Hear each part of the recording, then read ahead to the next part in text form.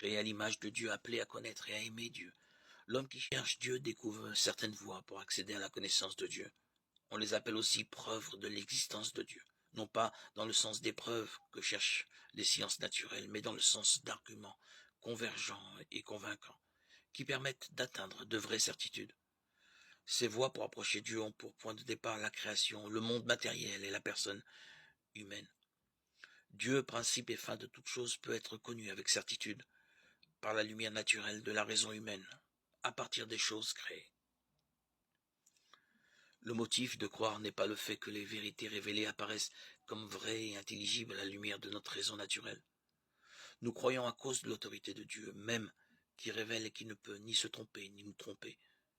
Néanmoins, pour que l'hommage de notre foi fût conforme à la raison, Dieu a voulu que les secours intérieurs du Saint-Esprit soient accompagnés des preuves extérieures de sa révélation. C'est ainsi que les miracles du Christ et des saints, Marc 16, 20, Hébreux 2, 4, les prophéties, les propagations et la sainteté de l'Église, sa fécondité et sa stabilité sont des signes certains de la révélation adaptée à l'intelligence de tous, des motifs de crédibilité, qui montrent que l'assentiment de la foi n'est nullement un mouvement aveugle de l'esprit.